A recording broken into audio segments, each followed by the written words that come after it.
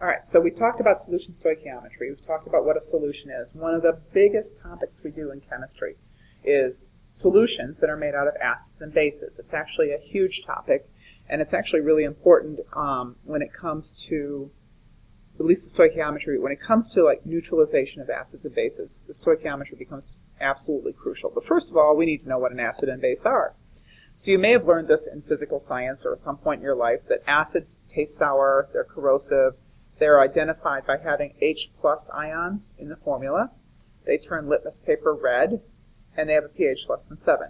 If you know bases, they feel slippery when you get them on your hands. They are also corrosive, and they have hydroxide, and they turn litmus paper blue, and they have a pH more than 7. So that's a very, very simple description of them. First of all, in chemistry class, we don't ever taste anything, so I don't want you tasting things to try and figure out if they're an acid, and I don't want you feeling the bases to see if they feel like they're slippery or not, because then it's not a good idea. But those are the general kind of ideas. So definitions for an acid and base. This is the most limited definitions by a guy named Arrhenius, and it's an old definition that acids, when you put them in water, they produce H+. Okay, it's pretty simple. They have an H somewhere in the formula, and it's usually written first. So HCl, when you put it in water, gives you H+, and Cl-, it's hydrochloric acid. Bases produce hydroxide when you put them in water. So NaOH produces Na+ and OH-. The way you can tell the difference between an acid and a base is H's are written first and hydroxides are written last. So if there is an H written here at the end, like in hydroxide, it is not an acid. Okay? Acids have to have the H written first. Okay, there's this definition called Lewis acids and bases. I'm going to mention it. It's not even on the AP exam, so it's something that's really dealt with a lot more in organic chemistry, that acids are electron pair acceptors and bases are electron pair donors.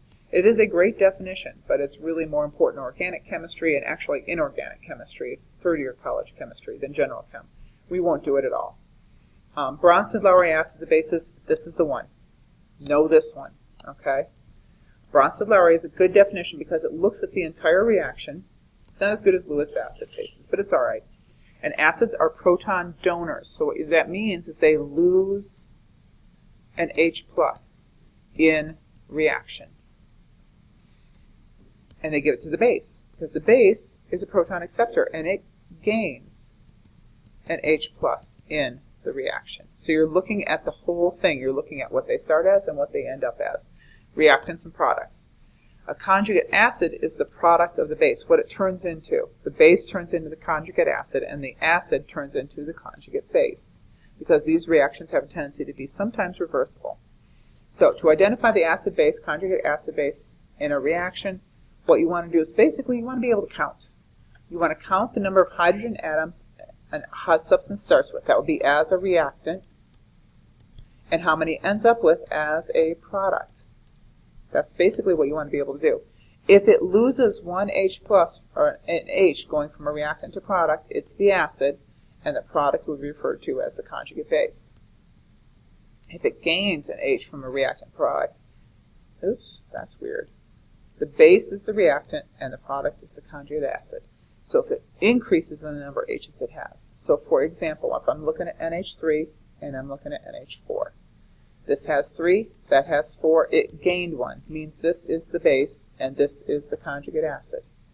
Look at this guy over here, starts off with 1 and 3 is 4, ends up with 3, it lost 1, makes it the acid, and this guy the conjugate base.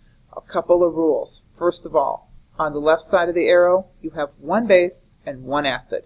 You never have 2 acids or 2 bases. On the right side of the arrow, you have 1 conjugate acid and 1 conjugate base. And literally the letters A, B, C go together. A, B, C. A, B, C go together. Matching the chemicals up there, they have the letters A, B, C. Okay? Let me erase all the ink on there. Wow. All right, so counting this one, HF, it's F-, it lost 1, means it's the acid. This one had 4, ends up with 5, means it's the base. Acid turns into conjugate base, ABC. Base turns into conjugate acid, ABC. So it's literally pretty simple. So go ahead, take a few minutes, Look at these reactions, and all you have to be able to do is count hydrogens. Okay. So in the first one, HCl to Cl minus, acid. H2O to H3O plus, base. Base turns into the conjugate acid. Acid turns into the conjugate base. NH3 and NH4. 3 H's, 4 H's means this is the base, turns into the conjugate acid. H2O has 2, turns into 1. It's the acid conjugate base. Okay, last one. This has got a lot of H's everywhere. I got 6 H's here, ends up with 5. It's the acid. HSO4 has 1, ends up with 2. It's the base. This is the conjugate acid, conjugate base. It's literally that simple, being able to count hydrogens left to right.